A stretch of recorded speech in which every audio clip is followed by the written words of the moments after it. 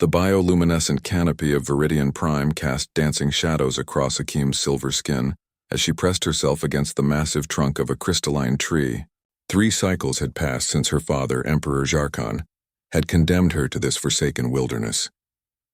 Her crime? Refusing to marry the warlord from the neighboring system, choosing instead to advocate for peace with the humans her people had warred against for generations. The forest was supposed to be her tomb. No Viridian had survived more than a single cycle in these woods, where the native predators hunted with electromagnetic pulses, and the very air hummed with radiation that scrambled their neural pathways. But Akim had adapted. She learned to move between the pulses, to breathe in shallow gasps that minimized exposure, to become a ghost in a forest of nightmares. Tonight, however, something was different. A foreign sound cut through the usual symphony of clicking insects and howling wind, metal scraping against stone, footsteps that fell with a rhythm she recognized from intelligence briefings, heavy, deliberate, distinctly human. Akim's hearts quickened. Humans were the enemy. They had destroyed 3 Viridian outposts in the outer reaches. They had refused every diplomatic overture with weapons fire, and yet she found herself moving toward the sound rather than away from it. Through the glowing undergrowth, she saw him. The human was tall by his species standards, with dark hair matted with sweat and grime. His environmental suit was torn in several places, exposing patches of his oddly uniform skin tone. He carried a primitive projectile weapon, though his hands shook with exhaustion as he stumbled forward. Blood, red, not the blue of her people, seeped from a wound on his leg. "Damn it," the human muttered in his language. Akim's translator implant, one of the few technologies she'd managed to keep hidden from her father's guards, rendered his words crystal clear. "Of all the planets in the sector, I crash land on this hellhole." Harry, the name was stenciled on his damaged suit, collapsed against a rock formation, breathing hard. He fumbled with a medical kit, but his hands were too unsteady to operate the basic instruments. Akim watched from the shadows, her tactical training warring with something else, something that had gotten her banished in the first place. Compassion. Every instinct told her to leave him.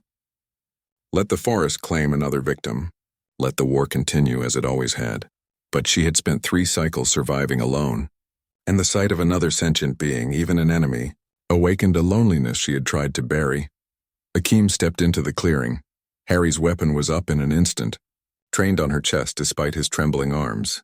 His eyes widened as he took in her appearance, the silver skin, the 4 arms, the elaborate patterns of bioluminescence that marked her royal lineage. "Stay back," he warned, but his voice cracked with pain and fear. "Your wound is infected with forest spores," Akim said in perfect English, her voice carrying the musical quality of her species. "You have perhaps 3 of your hours before they reach your cardiovascular system. Then you die." Harry's weapon didn't waver. "And you're going to help me out of the goodness of your heart? I know what you people do to prisoners." "I am not my people anymore," Akim replied, her voice bitter. She held up her 4 hands in a gesture of peace. "I am Akim, daughter of no one, citizen of the forest, and I am offering you a choice. Accept my help or become fertilizer for these trees. I have no investment in either outcome." Something in her tone made Harry lower his weapon slightly. He studied her face, searching for deception, and found instead a reflection of his own isolation. "Harry," he said finally. "Lieutenant Harry Chen, Terran Survey Corps, and I'm not stupid enough to refuse medical attention even from a Viridian." Akim approached cautiously, kneeling beside him. Her hands moved with practiced efficiency, pulling herbs and compounds from her salvaged pack. "This will hurt," she warned. "Everything hurts," Harry replied with a pained smile. As Akim worked extracting the spores and applying a poultice that would neutralize the toxins, Harry spoke. He told her about his ship, destroyed by a Viridian defense satellite, about his crew dead in the crash, about the war that neither side seemed to understand anymore. "We thought we were defending ourselves," Harry said quietly. "Your people fired first on the colony station."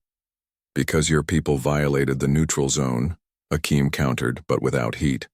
"Or so we were told." I wonder now if either of us knew the truth.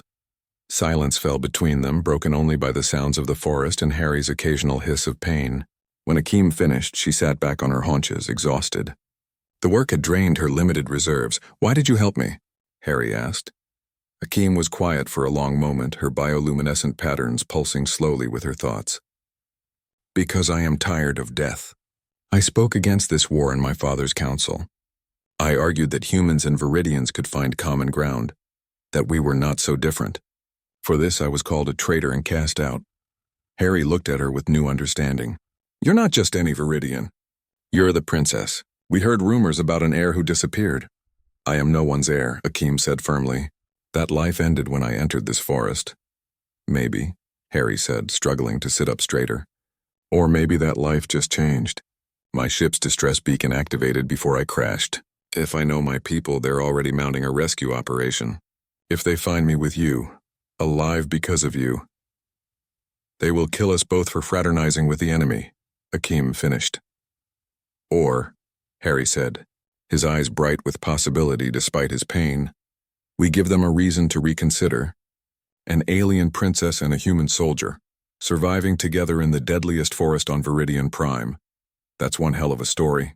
The kind of story that makes people question whether the enemy is really so different after all. Akeem felt something stir in her chest, something she hadn't felt since her banishment. Hope. You would do this? Risk your career, perhaps your life, for peace? Harry extended his hand, a human gesture of agreement. Humans don't give up easily. It's kind of our thing, and if there's a chance to end this war, I'm taking it. Akeem looked at his hand for a moment, then reached out with one of her own, clasping it firmly. The contrast between their skin, his tan and warm, hers silver and cool, seemed less like a difference and more like complementary pieces of a larger whole. Then we survive together, she said. And we show both our peoples what is possible. Above them, the bioluminescent canopy pulsed with light, as if the forest itself approved. Two outcasts from opposite sides of a bitter war had found in each other what their civilizations had lost: the courage to hope for something better. The rescue ships would come. The reckoning would follow. But in that moment, in that deadly forest on the edge of known space, Akeem and Harry had planted something far more dangerous than any weapon. The seed of understanding between two species that had forgotten how to see each other as anything but enemies. And in the vast, cold universe, that was the most human and most Viridian thing of all.